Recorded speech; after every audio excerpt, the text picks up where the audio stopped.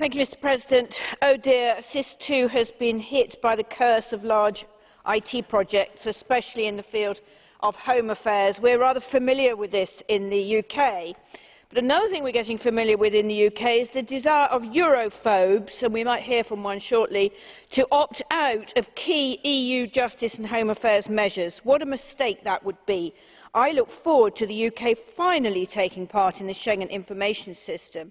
I'd like to thank the rapporteur, Mr Coelho, not only for all his work on Schengen and this particular dossier, but also for his flexibility when the Council proposed having a separate legal instrument to ensure the participation of the UK and Ireland in the policing aspects of the SIS.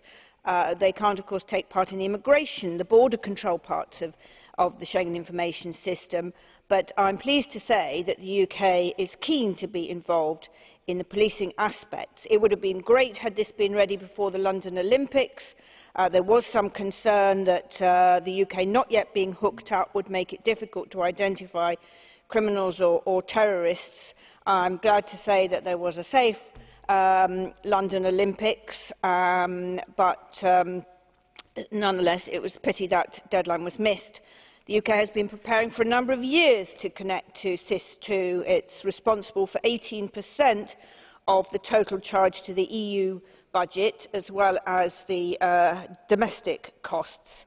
The consequences of opting out of SIS II are obvious. The UK would not only lose its considerable investment, but would be unable to make use of a system that has proved a very valuable law enforcement tool.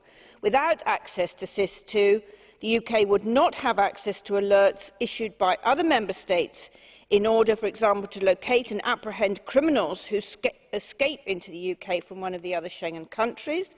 Neither could the UK issue a SIS alert in order to locate a suspect who'd left the UK or a car that's been stolen in the UK and driven abroad.